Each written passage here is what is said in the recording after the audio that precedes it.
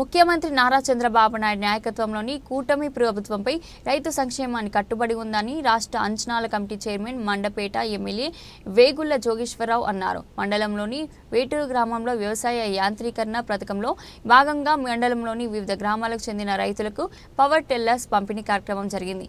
ఈ సందర్భంగా ఎమ్మెల్యే వేగుళ్ల రైతులను ఉద్దేశించి మాట్లాడుతూ ప్రభుత్వం రైతులకు అందజేస్తున్న సంక్షేమాన్ని వివరించారు.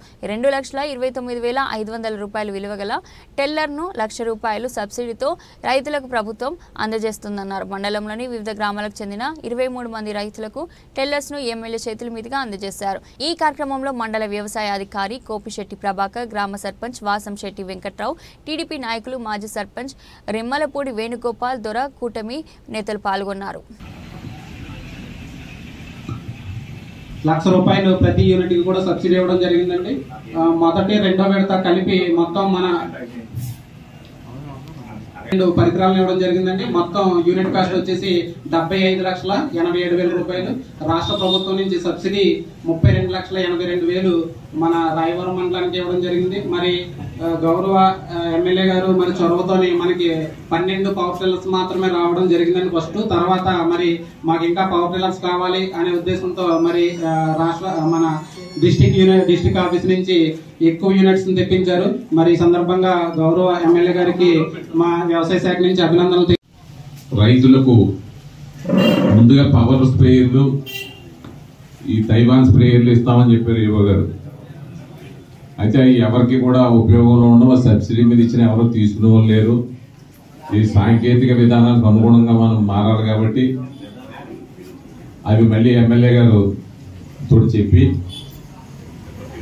ఈ పవర్ టిల్లర్స్ రూపంలో ఇచ్చినట్టయితే ఎక్కువ మంది తీసుకుంటారు అనేటువంటి ఉద్దేశంతో ఒక్కొక్కటి ₹1,00,000 సబ్సిడీతో మన ఎమ్మెల్యే గారి యొక్క ఆమోదంతో ఇన్ని ఎక్కువ మనకి కృషి ట్రాక్టర్లు మనకి ఇవ్వడం జరిగింది. దాంట్లో రాయవరం మండలానికి సంబంధించి ఒక 7గురికి ఈ చిన్న ట్రాక్టర్లు ఇవ్వడం జరిగింది.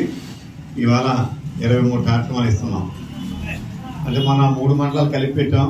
ఇప్పుడు ఏ మండలం ఆ మండలం పెడదాం. ఇంటూరులో ప్రత్యేకించి అయితే 6 ఉన్నాయని చెప్పి మనం ఇక్కడ 7 అని చెప్పి ఇక్కడ మనం ఈ కార్యక్రమాన్ని మనం పెట్టుకున్నాం.